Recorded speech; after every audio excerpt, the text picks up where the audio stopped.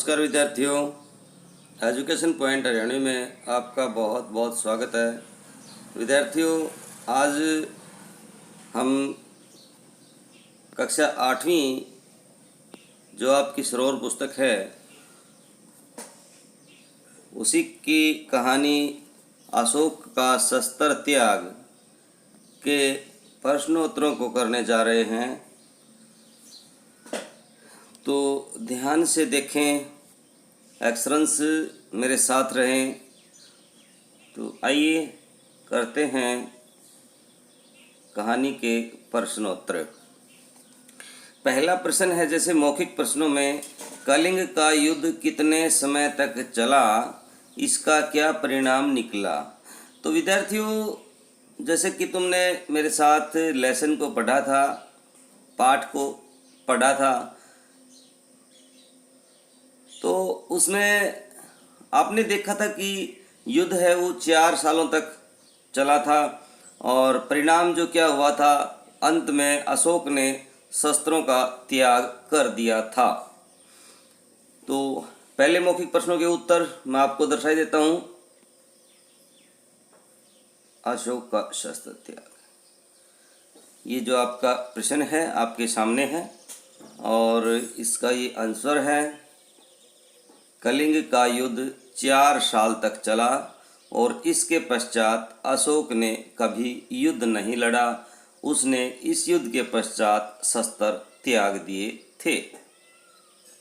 अगला प्रश्न है,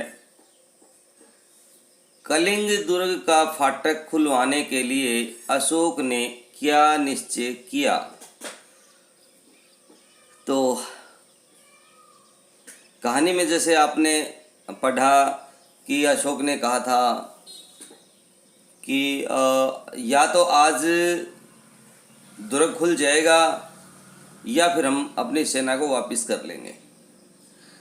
आपको ज्ञात होगा, तो अशोक ने कहा या तो आज कलिंग के दुर्ग के फाटक खुल जाएंगे या मगध की सेना वापस चली जाएगी,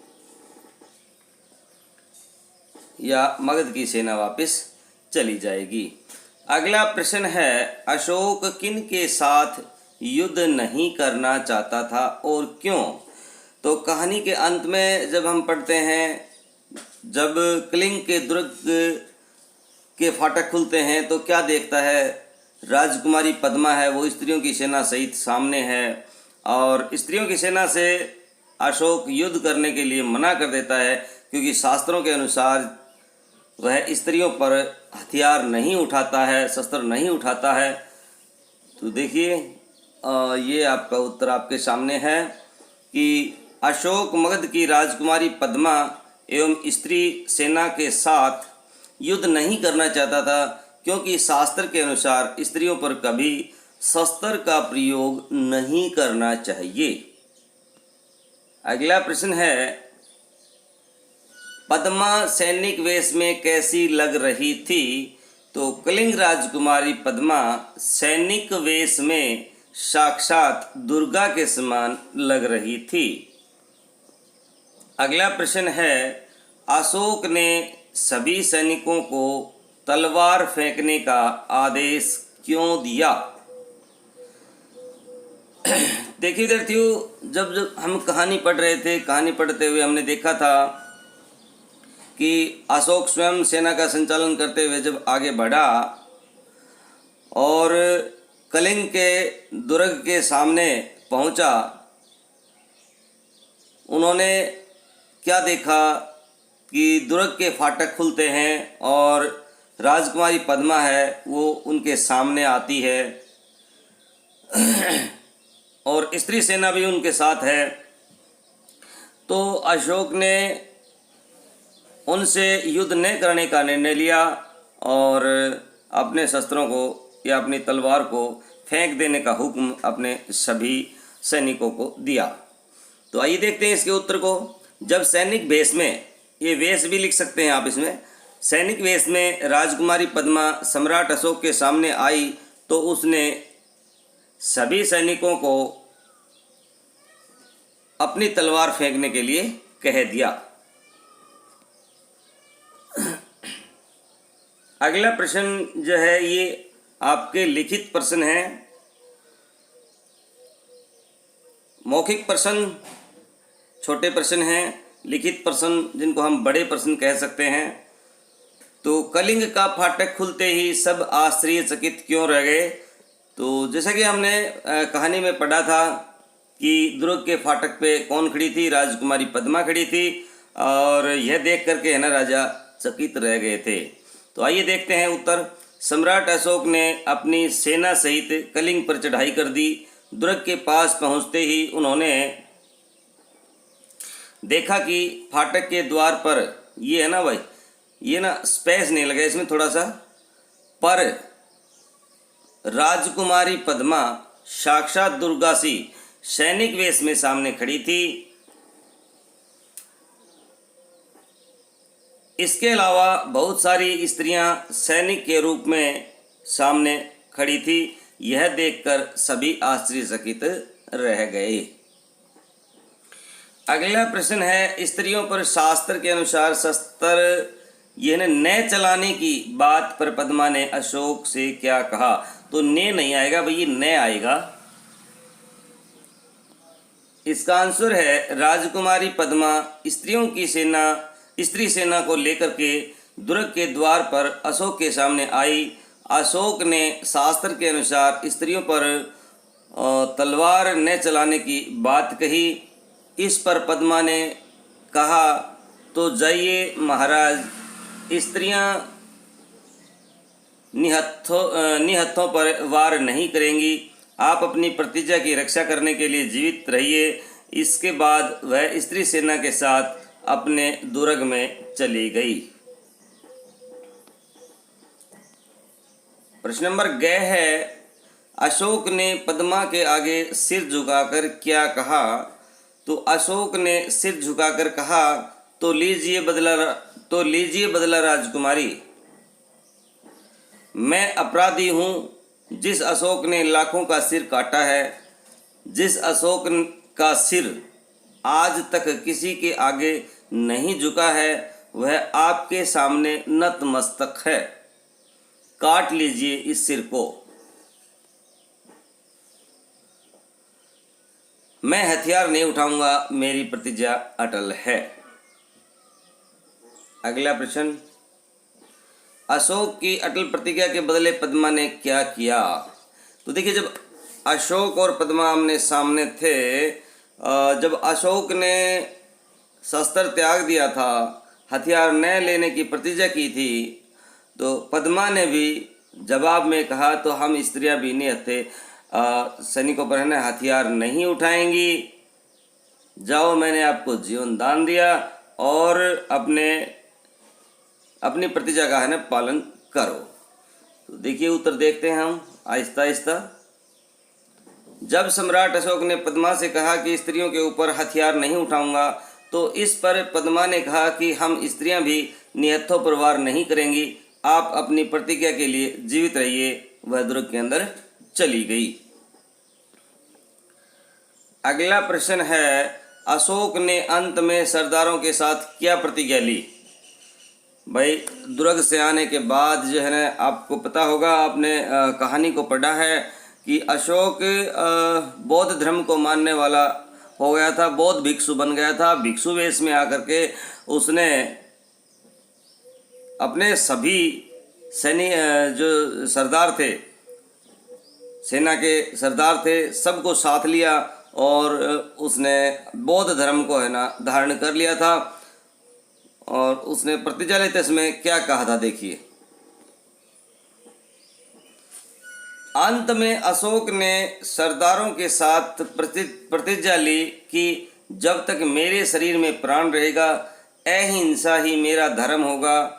मैं सबसे प्रेम करूंगा। मेरी करुणा का सदाव्रत सबके लिए समान होगा। मैं जब तक जीवित रहूंगा तब तक अपनी प्रजा की भलाई करूंगा।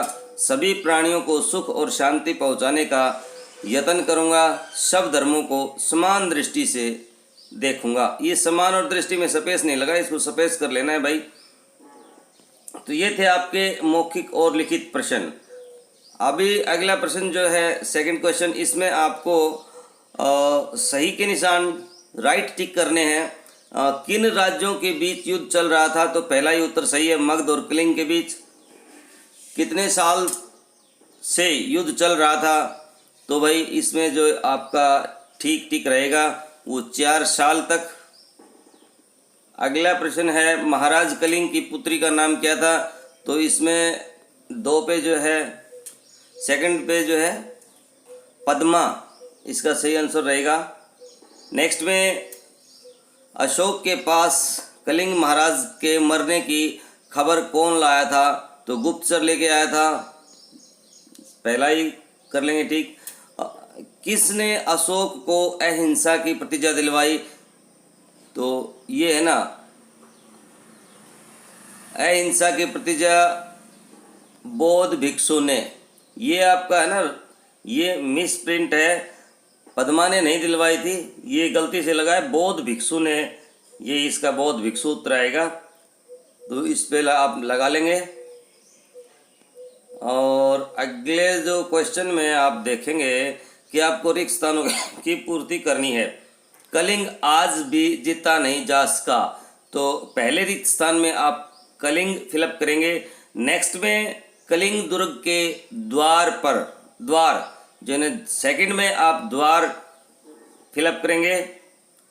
और गय का जो ऑप्शन है, इसमें सेना के साथ पुरुष वेश में एक स्त्री भी है, स्त्री है। गय का जो ऑप्शन है, मैं कलिंग महाराज की बेटी हूँ। गय का जो ऑप्शन है, इसमें आज आपके भीषण युद्ध की पूर्ण आहुति होगी। ये आपको रिक्त स्थान की पूर्ति कर लेनी है। इसके पश्चात किसने किसको कहा, ये आपको लिखना है, किसने किसको कहा। मुझे अपने पिता का बदला लेना है, तो ये बात पद्मा ने सम्राट अशोक से कही थी। मैं हथियार नहीं उठाऊंगा, मेरी प्रतिज्ञा अटल है, ये बात अशोक ने पद्मा से कही थी। राजन संवाददाता आना चाहता है, तो द्वारपाल ने अशोक से कहा था। बोलते क्यों नहीं तुम, चुप क्यों हो, अशोक ने गुप्तचर से कहा था। मैं स्त्री पर हथियार नहीं उठाऊंगा, अशोक ने पद्मा से ये शब्द कहे थे। ये आपका 4th क्वेश्चन हुआ। भाषा कौशल में वाक्यों में प्रयुक्त विशेषणों को पहचान करके बताइए कि परिमाणवाचक विशेषण और संख्यावाचक विशेषण आपको अलग अलग करने हैं। तो इसमें जो है, शिवम ने 2 कप चाय पी, 2 है, निश्चित संख्यावाचक भी है और निश्चित संख्यावाचक है 2 कप चाय भी, और परिणाम ये कि लास्ट चाय पी जा चुकी, तो परिणाम भी हो सकता है, इसका परिणामवाचक भी हो सकता है। अदरवाइज निश्चित वाचक संख्यावाचक ही इसका सही रहेगा। बच्चों को अधिक चाय नहीं पीनी चाहिए, अधिक अधिक है ना, तो पहले में 2 कप निश्चित था, इसमें अधिक है, तो अधिक अनिश्चित संख्यावाचक है। नीतू ने थोड़ा सा चावल बनाया, तो पता नहीं कितना बनाया, तो अनिश्चित संख्या है, इसमें अनिश्चित संख्यावाचक आप करेंगे। अब बस 5 किलो चावल ही बचा है, तो 5 किलो ये निश्चित संख्यावाचक है। सारे पेपर्स 5 दिनों में हो जाए, ये भी निश्चित संख्यावाचक है। अगला प्रश्न है, कोई 5 वाक्य इस प्रकार बताएं कि उनमें कहीं विशेषण विशेष्य या संज्ञा सर्वनाम से पहले और कहीं विशेषण विशेष्य के बाद में आए। तो राजकुमारी, मैं आपका अपराधी हूँ, राजकुमारी मैं आपका, आपका यहाँ विशेष्य है। लाखों आदमी, अगले में आदमी है। बहुत सी भीड़, तो अगले में भीड़ है। कितने आदमी दौड़ रहे हैं, तो इसमें कितने है। और खास आदमी कौन था, इसमें खास है। अगला प्रश्न है, नीचे दिए गए रंगीन शब्दों के विलोम शब्द लिखकर के वाक्य को पूरा कीजिए। वीर सैनिक, जीता हुआ युद्ध हम हार नहीं सकते, तो इसमें आप हार फिलअप करेंगे। नेक्स्ट में आपका है ना, जाऊंगा का आऊंगा फिलअप करेंगे। घ में आप करेंगे हिंसा का अहिंसा, और घ में आप करेंगे स्त्रियां का हो जाएगा पुरुषों से कम नहीं। और भाई अंग में हो जाएगा अपराधी हो, क्योंकि तुम निरपराधों को मारा है। ध्यान से पढ़िए, विशेषण विशेष्य की जो बात हम कर रहे थे, विशेषण और विशेष्य, तो भाई विशेषण शब्द जन संज्ञा या सर्वनाम से पूर्व तो आते ही हैं, किंतु इनके बाद भी आकर विशेषता बताते हैं। राजकुमारी मैं आपका अपराधी हूँ, यहाँ मैं विशेषण विशेष्य है और अपराधी विशेषण है। लाखों आदमी, यहाँ लाखों विशेषण है और आदमी इसका क्या है, विशेष्य है। परिमाणवाचक विशेषण संज्ञा शब्दों की नाप तोल मात्रा संबंधी आदि का बोध कराने वाले विशेषण परिमाणवाचक विशेषण कहलाते हैं। और परिमाणवाचक विशेषण निश्चित और अनिश्चित दो प्रकार के होते हैं, जैसा कि हमने पीछे प्रश्न में किया था। उसने 1 लीटर दूध पिया, निश्चित संख्या है। उसने थोड़ा दूध पिया तो अनिश्चित है। संख्यावाचक विशेषण संज्ञा शब्दों की संख्या का बोध कराने वाले शब्दों को संख्यावाचक विशेषण कहते हैं। ये दो प्रकार के होते हैं, जैसे कि पीछे हमने देख ही लिया है, निश्चित संख्यावाचक और अनिश्चित संख्यावाचक। तो प्रिय विद्यार्थियों, ये आपका आज का अभ्यास था। आशा है आपको पसंद भी आया होगा। यदि आपको अच्छा लगता है तो लाइक करें, कमेंट करें, शेयर करें और नए हैं तो चैनल को सब्सक्राइब करें। मिलते हैं नेक्स्ट लेसन में नेक्स्ट वीडियो के साथ। तब तक के लिए जय हिंद, जय भारत, वंदे मातरम।